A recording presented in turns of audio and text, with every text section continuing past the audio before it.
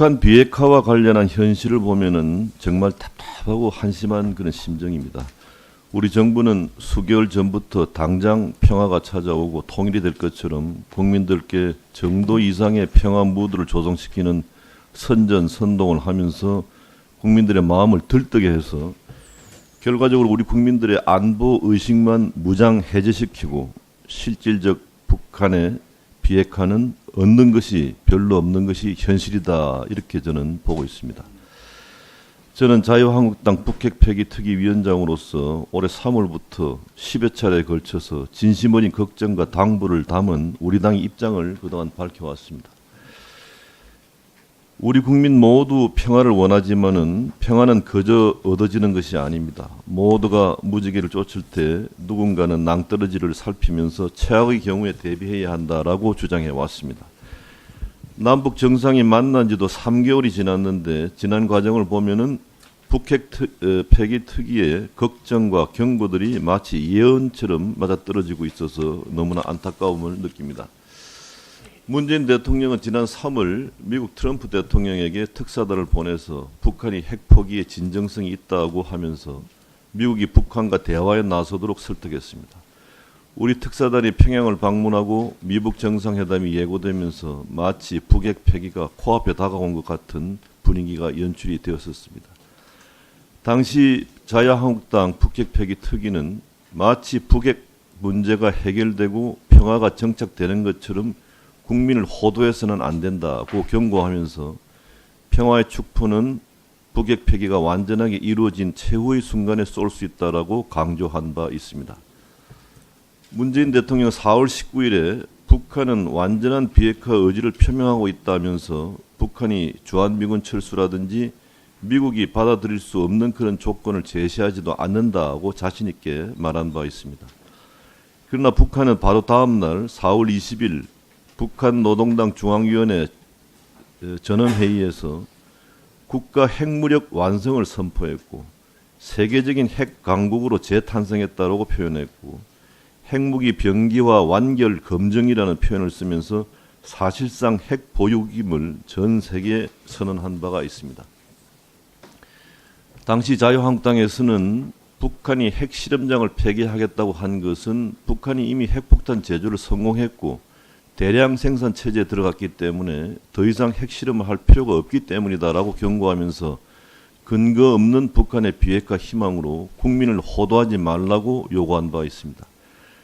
그러나 청와대는 오히려 한반도 비핵화를 위한 의미 있는 진전이라면서 노동당 중앙위원회 전원위원회 발표문을 사실상 북한의 핵 보유 선언을 환영한 바가 있습니다.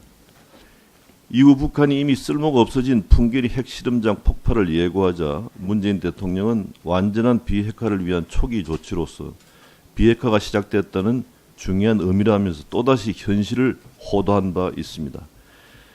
그 과정에서 두 번의 남북 정상회담과 판문점 선언, 미북 정상회담이 있었습니다.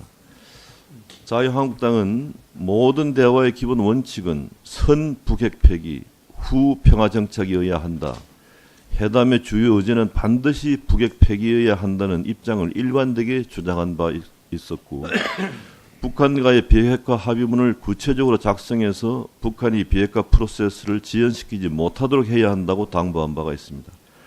그러나 정부는 과거 9.19, 14 공동선언보다 훨씬 못한 수준의 선언문을 가지고 과대 포장하기에 급급했습니다.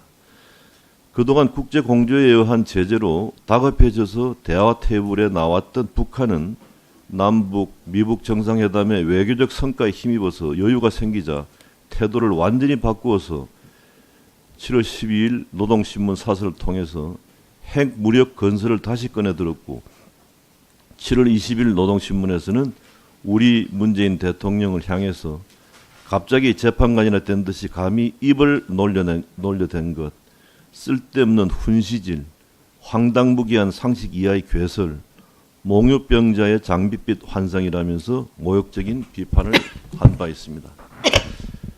북한은 남북 정상회담과 미북 정상회담 이후 전혀 변한 게 없다는 것이 저희들 생각입니다. 지금 북한이 동창리 미사일 엔진 시험장 해체에 들어갔다는 보도가 나오고 있고, 장관은 아까 답변에서 의미 있는 조치라고 발언했습니다만은 전문가들은 ICBM을 해체한다면 모를까 발사체 시험장 폐쇄 정도는 북핵 폐기 과정에서 크게 유의미한 조치는 아니다. 어떻게 해서든지 하루빨리 종전선언을 얻어내려는 계산된 행동이라고 분석하고 있습니다. 우리 정부는 현재 완전한 비핵화를 위한 시간표에 대한 합의도 없이 북한에게 시간만 벌어주면서 질질 끌려가고 있다고 우리는 지적하지 않을 수 없습니다. 장관은 지금도 북한의 핵포기 약속에 진정성이 있고 반드시 지켜지리라고 믿고 있습니까? 아까도 말씀드렸듯이 이것은 김정은 위원장이 국제사회에 명시적으로 또 트럼프 대통령과의 서명을 통해서 확인한 공약입니다. 그렇기 근데 때문에 그 약속을 국제사회에 대한 약속입니다. 지킬 것이라고 믿습니까, 장관? 앞으로의 행동을 통해서 확인을 할 것입니다. 우리 국민들 3분의 2가 이것을 믿지 않고 있다는 여론조사 발표는 본 적이 있습니까? 네, 여러 여론조사가 있는 것으로 알고 있습니다. 북한은 예전이나 지금이나 언제까지 핵을 포기하겠다고 구체적으로 얘기한 적이 없는데 이것은 약속이 될 수 없다라고 저희들은 지적합니다.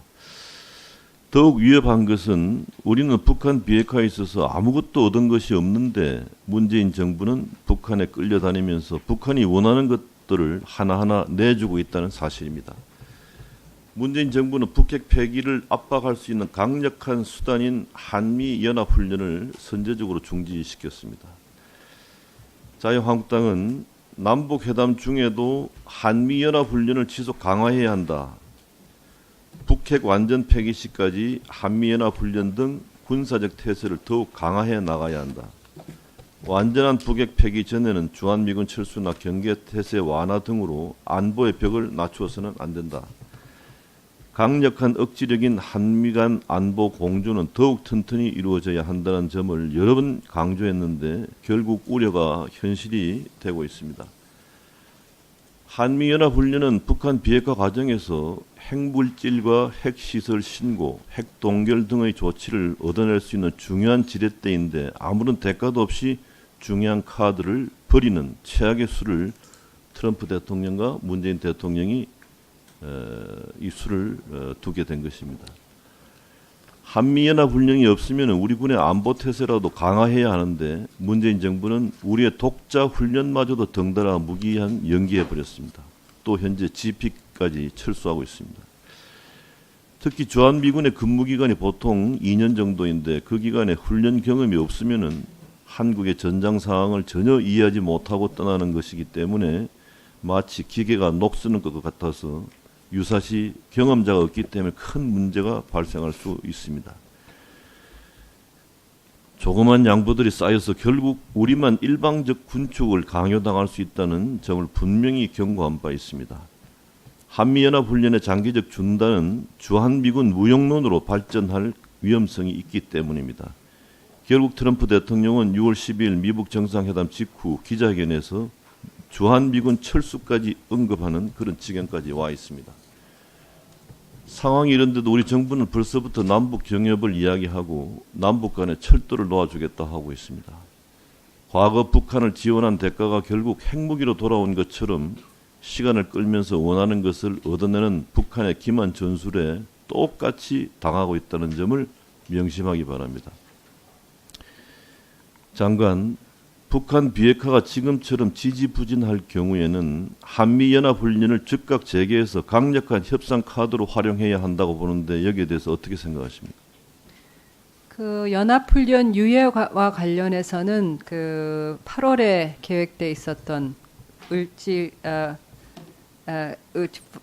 프리덤 가디언하고 그다음에 그 해병대 훈련 이렇게 유예를 시킨 것이고 그것이 북한으로부터의 비핵화 관련 북한의 의미 있는 조치들을 기대하면서 선의의 조치로 한 것입니다.